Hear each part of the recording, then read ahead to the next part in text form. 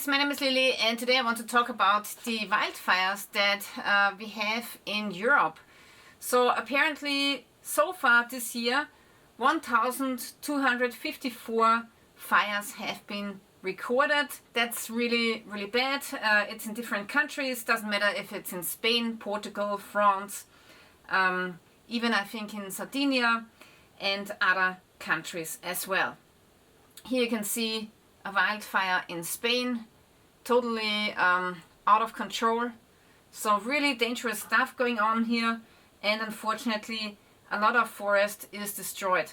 Now the narrative is that people want us to believe that this is because of climate change. I think climate change only plays a minor role in this. Mostly those fires are set by arsonists. Either it's mentally ill persons, or also very often arsonists have a economical or political reason why they are burning down the forest. So in a lot of these countries here in Europe we have very strict zoning laws, and if there's a forest which is zoned as forest, you cannot really cut it down. But sometimes, you know, if the forest is getting burned down, the zoning law apparently can change, and then you can maybe build something on this property. So yeah, this is why a lot of forests are burning. So here you can see a post of wildfires in France, and also 162 arrests being made because of suspected wildfire arson. Here there's another story about Spain. The authorities in Spain say 44 people are wanted for arson, and those 44 people have caused 180,000 residents to be displaced. Then also really cruel, I found this news from Italy. So apparently some burning rags were tied to the cat's tails. And then of course the cat is running because it's afraid. It's running through the forest, and this is how it's igniting the forest.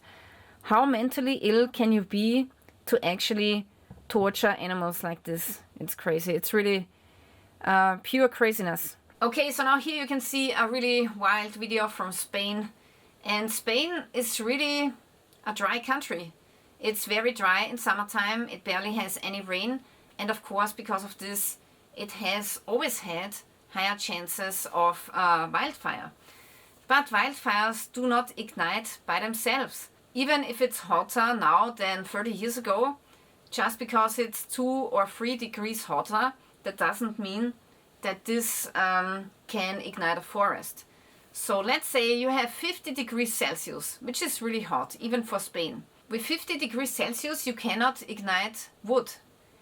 For self-ignition of wood you would need 250 degrees Celsius. If we had 250 degrees Celsius on Earth, we would be all dead, okay? So this doesn't happen by itself. Also people say, yeah, broken glass bottles can be the reason. Okay. You know how many times I've tried to make fire with a glass bottle? I've tried many times and I never succeeded. It's not that easy as people would think, okay? I'm not saying it's totally impossible, but it's really hard to make fire with a glass bottle. So I think glass bottles in the wilderness only account for a really small amount of wildfires. So I think the main reason for wildfires in Europe is arson. The second reason is negligence. So sometimes it can happen that people throw away cigarettes, causing wildfires. This is surely happening much more often than broken glass shards in the wilderness. So that's a problem. Sometimes, you know, other accidents happen. What also can cause wildfires is thunderbolts and also electric lines which get damaged. So when a tree falls over an electric line, then you will start a wildfire if the conditions are right. And now I want to tell you a really wild story that I have personally experienced, okay? It's really wild. So one time here in my house I needed a pipe, so I called the plumber, and then a team came with 2 plumbers. The first plumber was a really great guy. I really loved talking to him. He looked a little bit like Bud Spencer and he was also funny. So we had a really good talk. And then there was a second guy in the team, and he was somehow weird, and usually I talk to everybody, so I'm really good at small talk, but the second guy was so weird. So all of the alarm bells were ringing inside of my head. I had a bad gut feeling, and then I decided not to talk to him. And this is something I almost never do in my life, okay? Usually I talk to everybody. But yeah, the good guy was getting materials for the pipe, and the bad guy stayed at my house outside in the garden. But I just closed the door and I didn't talk to him because I had this really bad feeling and I didn't want to get involved with him. I had a really, really bad feeling. He had this really weird aura, and I'm really glad that I listened to my gut feeling. So then the other plumber came back, they fixed it, and then about 1 year later I saw the same plumber again, the Bud Spencer type. I talked to him, hey, how are you doing? Yeah, thank you, everything great. And then I say, hey, where's your colleague? Where's the second guy in your team? And then he said, yeah, you know, he's now in jail, in prison. And I said, what? Why is he in prison? And then he told me that he deliberately set houses on fire on the countryside. And he even watched the houses burn to a certain extent. And then he even called the fire brigade and helped to put out the fire. And he did that like 5 or 6 times until the police recognized that he always is calling the fire brigade. And this is how they actually caught him, because he was the same person, the first person who was on site calling the police and fire brigade.